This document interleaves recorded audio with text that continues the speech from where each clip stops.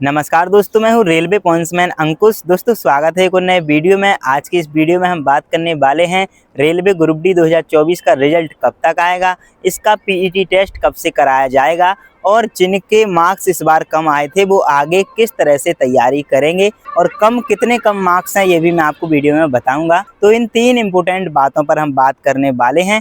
देखो, लाखों स्टूडेंट ने रेलवे ग्रुप डी 2024 का एग्जाम दिया है और अब वो सिर्फ एक ही चीज़ का इंतज़ार कर रहे हैं कि इसका रिजल्ट कब तक आएगा।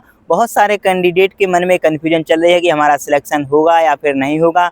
बार बार अपने मार्क्स भी कैलकुलेट कर रहे हैं, वेबसाइट चेक कर रहे हैं और कई ऐसे कैंडिडेट हैं जिनके मार्क्स बहुत ज़्यादा हैं तो खुशी से सिर्फ ये सोच रहे हैं कि हम अगले एग्ज़ाम किसी और बड़े एग्ज़ाम की तैयारी करें या सिर्फ पीईटी टेस्ट की तैयारी करने में लगे हुए हैं। वहीं सबसे ज़्यादा कन्फ्यूजन में वही कैंडिडेट हैं जिनके मार्क्स एवरेज हैं, मतलब ना उनके मार्क्स ज़्यादा कम हैं और ना उनके मार्क्स ज़्यादा हैं, मतलब कि वो एक सेफ स्कोर के अंदर आ रहे हैं। उनको ये नहीं पता है कि हमारा सिलेक्शन होगा फाइनल या फिर नहीं होगा। तो ऐसे कैंडिडेट बहुत ज़्यादा कन्फ्यूजन में है कि जल्दी से जल्दी रिजल्ट आ जाए और हमें ये पता चल जाए कि हमारा सिलेक्शन हो भी रहा है या फिर नहीं हो रहा है।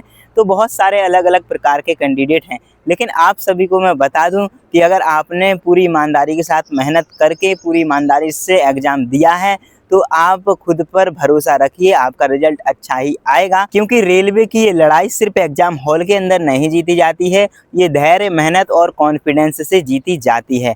तो चलिए एक एक करके आपके सारे पॉइंट के जवाब देते हैं कि रिजल्ट कब तक आएगा, पीईटी टेस्ट कब से कराया जाएगा और जिनके कम मार्क्स हैं उनको आगे क्या करना चाहिए।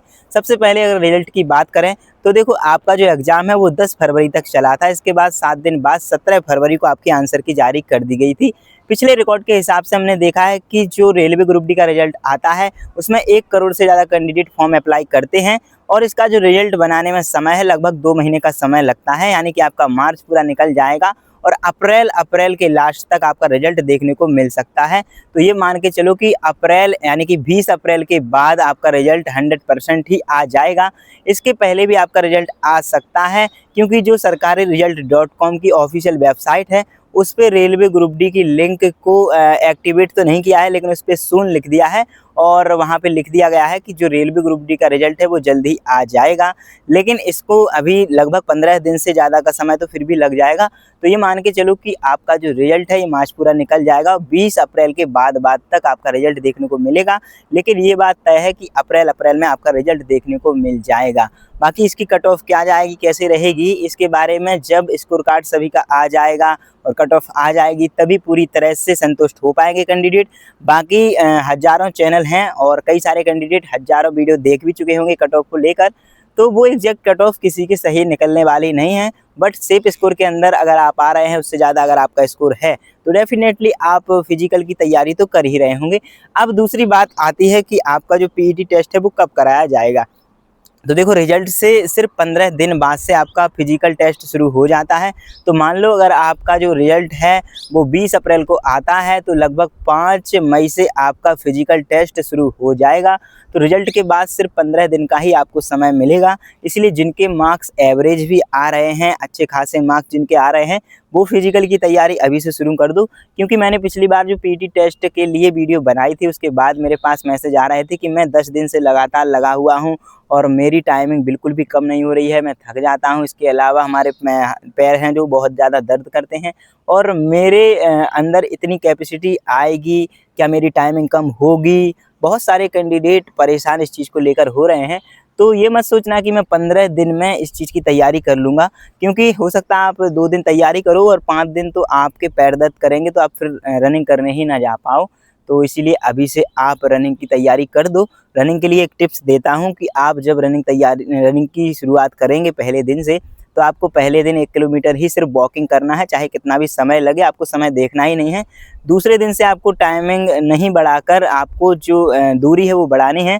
आप ज़्यादा से ज़्यादा 5 किलोमीटर तक भी जा सकते हैं और वॉकिंग की तरह 5 किलोमीटर तक जाना है, जिससे कि जो आपका स्टेमिना है वो बन जाएगा। और स्टेमिना बनने के साथ साथ आप जब 5-6 दिन लगातार 4-5 किलोमीटर तक वॉकिंग करेंगे थोड़ी मीडियम स्पीड में, इसके बाद जब आप टाइमिंग के साथ दौड़ेंगे तो आपको बहुत ज़्यादा बेनिफिट मिलेगा। तो ये हो गई हमारी बात कि जो आपका पीईटी टेस्ट है वो लगभग 5 मई से शुरू हो जाएगा। थोड़े बहुत इधर उधर हो सकता है समय, लेकिन ये एग्जैक्ट नहीं है। तो ये मान के चलो कि 5 मई के समथिंग आपका पीईटी टेस्ट शुरू हो जाएगा। तीसरी बात, जिनके मार्क्स कम आए हैं, अब कम मार्क्स का मतलब क्या है कि जैसे कि जिनके मार्क्स 65 से कम रह रहे हैं, अगर जो यूआर कैंडिडेट हैं, और 60 से कम रह रहे हैं जो ओबीसी कैंडिडेट हैं, और 55 से कम रह रहे हैं जो एससी एसटी वाले कैंडिडेट हैं, तो ऐसे कैंडिडेट के चांसेस बहुत कम हैं।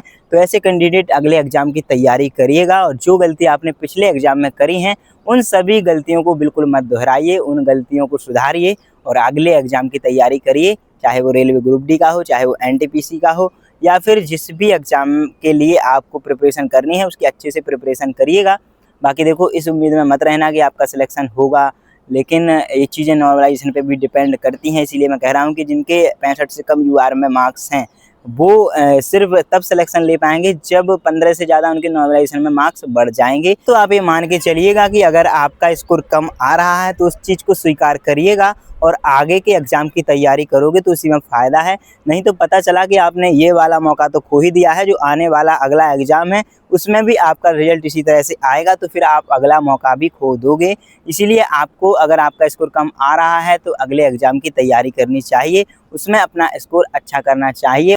तो इसीलिए देखो, आप चाहे तो वॉकिंग टाइप से अपने रनिंग की जो है तैयारी करते रहिएगा, लेकिन पूरी तरह से आप पीईटी में मत जाइए। अपने अगले एग्ज़ाम की तैयारी करिए। जब रिज़ल्ट आ जाएगा, अगर आपका नाम आ जाएगा और रिज़ल्ट आने के बाद जो कट ऑफ जाएगी उससे अगर आपके कम से कम 3 मार्क्स ज़्यादा हैं तभी आप फिजिकल की तैयारी करना, वरना क्योंकि फाइनल में आपका जो स्कोर है वो कम रह जाएगा और आप फाइनल में बाहर हो जाएंगे। तो जो पीईटी की तैयारी के लिए आप समय दोगे तो वो पूरी तरह से बेकार चला जाएगा। तो मेरी यही सलाह है। बाकी आपको जो करना है तो आप अपने मन से कर सकते हैं। तो एक बार फिर से मैं शॉर्ट में बता देता हूँ कि आपका जो रिजल्ट है वो अप्रैल में देखने को मिल जाएगा। अगर 20 अप्रैल को आता है तो 5 मई की समथिंग आपका फिजिकल टेस्ट शुरू हो जाएगा, और कम मार्क्स के लिए मैंने आपको बता ही दिया है। इसके अलावा अगर आपके मन में कोई डाउट चल रहा है तो कमेंट सेक्शन खुला हुआ है, बेझिझक आप अपना कमेंट में सवाल लिख सकते हैं।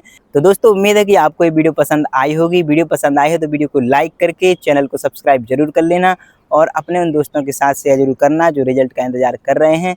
तो चलिए मिलते हैं अगली वीडियो में, तब तक के लिए नमस्कार, धन्यवाद।